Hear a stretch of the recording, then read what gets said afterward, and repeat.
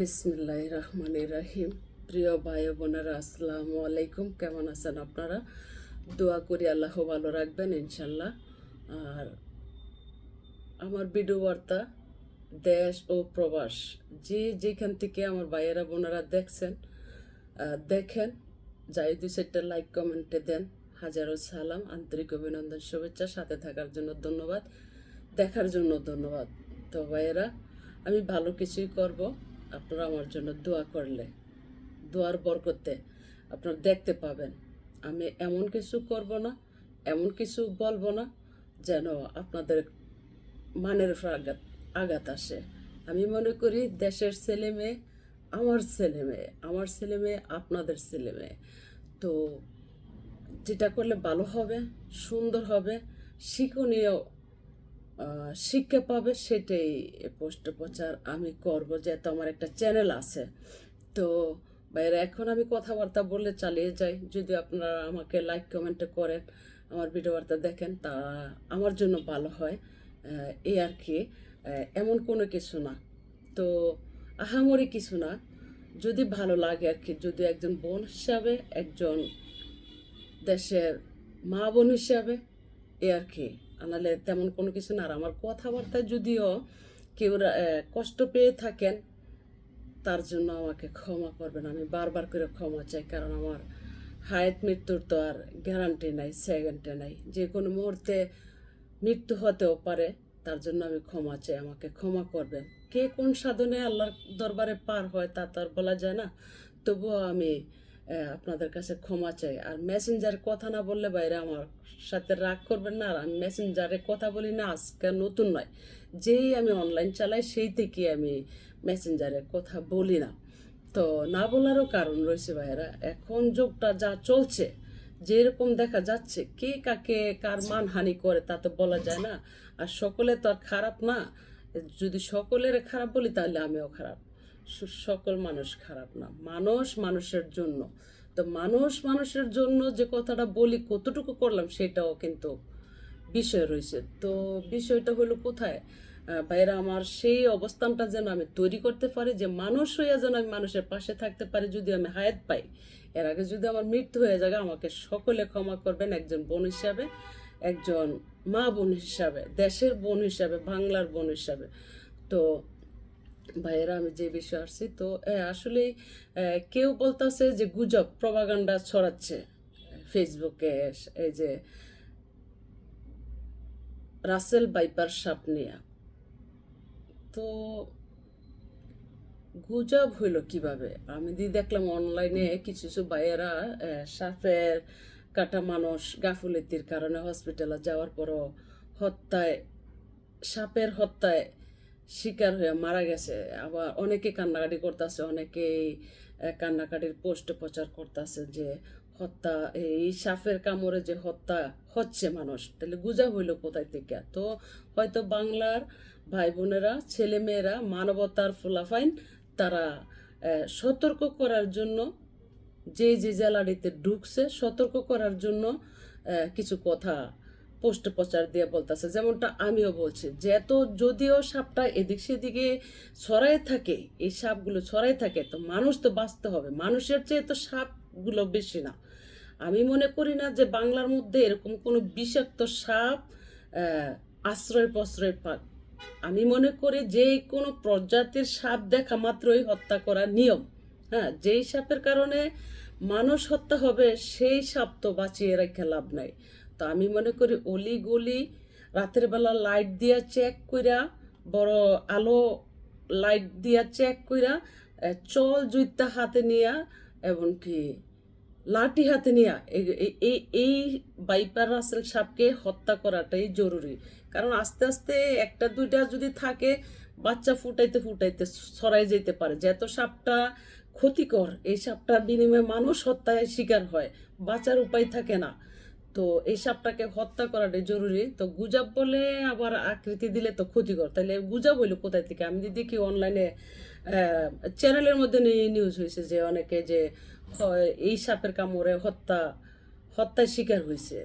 তো বুঝতে পারি না আসলে কতটুকু কি। তবে আমি এতটুকুই বলবো ছেলে মেয়েদেরকে, দেশের পোলাবাইনকে, যে অন্য অন্য সাপ ডাউনলোড দিয়া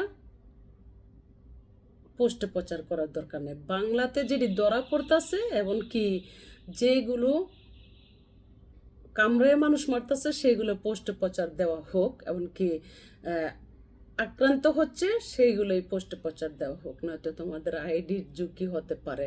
কারণ কিছু লোক বলতেছে গুজব নাকি, তো আইডি তো টিকাতে হবে। কারণ আর আমাদের দেশের ফুলাফাইন সকলেই মানবতার ফুলাফাইন মানুষ, বেশিরভাগই জনতা কিভাবে বাঁচবে, কিভাবে বেঁচে থাকবে সেই চিন্তাটি করে। তো যেই যেই জেলাটাতে এই সাপগুলা দেখা যাচ্ছে, এই সাপগুলা তো সব জেলাতেই ছড়াইতে পারে।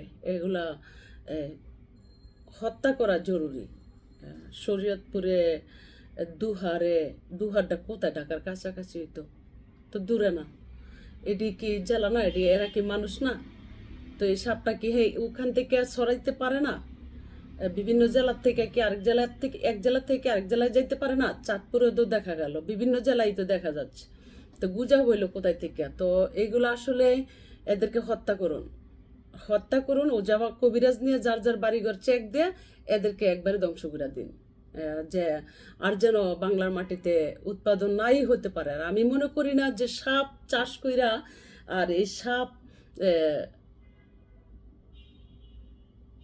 আশ্রয় প্রশ্রয় দেওয়া এদেরকে মনে করি না। কারণ বাংলার মধ্যে কৃষক শ্রমিকরা পরিশ্রম করে বিদেই, ফসল ফলায় বিদেই আমরা খাইয়া দেয়া বাঁচতে পারি। তো তারা যদি সাপের কামড়ে মারা যায় অবশ্যই আমাদের তো কষ্টই লাগে, কষ্ট লাগে না? এগুলা তো যারা পরিশ্রম করে, যাদের পরিশ্রমে ঘাম জড়ানো পরিশ্রমে আমরা খাইয়া দিয়ে বাঁচতে পারি, তো তারা যদি এই সাপের হত্যায় শিকার হয় তাহলে আমাদের কাছে কষ্ট লাগবে না? তার জন্য ফোলাফাইন সতর্ক করার জন্য পোস্টে প্রচার করে। এখানে গুজাবের কি আইলো গেল? তো আমি মনে করি এখন বিভিন্ন প্রযুক্তিতে বিষাক্ত ওষুধ বড়ি নামছে পোকামাকড় ধ্বংস করার। ফসল করলে যে পোকামাকড়ে ধ্বংস করে দেয় সেই মোতাবেক তো ওষুধ বড়িও নামছে। এখন দিন দিন অনেক কিছু প্রযুক্তিতে বের হচ্ছে। তো সাপ দিয়া, যে কোনো সাপ হোক, এগুলা তো মানুষের চোখে পড়লে যে চাষ করে ছাইরা দিল পোকামাকড়ের জন্য, ঠিক আছে, এটা সুদিনে করলো, আমার কথায় কেউ ভুল বুঝবেন না, এটা সুদিনে করলো ফসলের জন্য। তো আমাদের দেশ 6 ঋতুর দেশ, 6 ঋতুর দেশ, 2 মাস পর পরই ঋতু বদল হয়। আচ্ছা, সেই জায়গাতে দেখা গেল কি যখন 6 মাস বর্ষা থাকে, 6 মাসেই সুদিন আমাদের দেশের মধ্যে। তো বর্ষাকালে সাপগুলা কোথায় যায়? তো পানিতে আর বসবাস করার মতো না, সকলেই বাড়িতে উঠে। তো যারা চাষ করে যে সাপগুলা ছাইরা দিবে, তো সাপগুলা কোথায় যাবে? তো বাড়ি বাড়ি গিয়ে বসতি হবে। তো এইটা তো আসলে ঝুঁকিতে, এই বিষয়টা তো ঝুঁকিতে। সাপের চেয়ে তো মানুষের চেয়ে তো সাপ বেশি হতে পারে না, বড় হতে পারে না। একটা ফসল ফলাইতে সাপের প্রয়োজন, বলা হচ্ছে যে সাপে পোকামাকড় খাবে। তো ফসলটা যারা করতে যাবে তারাই যদি এই সাপের হাতে হত্যার শিকার হইতে হয়, তাহলে এই সাপ দিয়ে কি করবে? মানুষের চেয়ে তো সাপ বড় হতে পারে না। এখন বর্তমানে বিভিন্ন প্রযুক্তিতে ওষুধ বড়ি, বিষ তৈরি হচ্ছে। তো পোকামাকড় ধ্বংস তো করা যায়, কিন্তু সাপের প্রয়োজন কেন? সাপ জিনিসটা আমি অ্যালাউ করি না, কেননা হিংস্র প্রাণী বলতে আমার পছন্দ না। যেমন সিংহ খুব বনের রাজা, খুবই সুন্দর একটা বাঘ, যে বাঘ, এই বাঘ মাঝে মধ্যে শুনি যে সুন্দরবনে আক্রমণ করে। এই বাঘ, সিংহ, সাপ, 3টা জিনিস খুবই মানব জাতির জন্য তারা দুশ্মন। তো তাদেরকে অ্যালাউ করা আমি এটা ভালো মনে করলাম না। মানুষের চেয়ে পশু পাখি বড় হতে পারে না। আল্লাহরই কিছু কিছু বিধানে রাসূল আবিষ্কার করে গেছেন, অনেক কিছুতে উল্লেখ করে গেছেন। তো মানুষের চেয়ে তো অন্য অন্য প্রাণী বড় হতে পারে না, অন্য অন্য প্রাণীরা বড় হতে পারে না। মানুষ হত্যা করবে, একজন বাঘকে মারলে মামলা খাইতে হবে, এটা আবার কোন ধরনের কথা? আমি মনে করি বাঘ আর এসব সাপ যদি গুলি করে মারা যায়, হত্যা করাটাই আমি মনে করি বেস্ট। এলা আমাকে যাই ভাবেন, আমি কথাগুলো বলছি কেন বলছি, যে মানুষের চেয়ে তো সাপ, বিষাক্ত সাপগুলো বড় হতে পারে না, এটা তো হতে পারে না, তাই না? তো যারা কর্ম কইরা ফসল ফলাইয়া আমাদেরকে, আমাদের জীবিকা, দর্শকের জনতার জীবিকা অর্জন করবো, তারাই যদি সাপের কামড়ে মারা যায়, তো এই সাপ দিয়ে কি করবে? এই সাপ যেখানে সেইখানে যে দিকে পাবে সেইখানেই হত্যা করা জরুরি। তো গুজাবের কি আইলো গেল যে যেই জেলাতে সাপগুলো দেখা দিচ্ছে, তো এই সাপ কি বিভিন্ন জেলাতে যাইতে পারবে না? মানুষ হত্যা করবে না? তো এখন বর্ষা আসছে, বাড়িতে উঠবে, মানুষকে কাটবে না?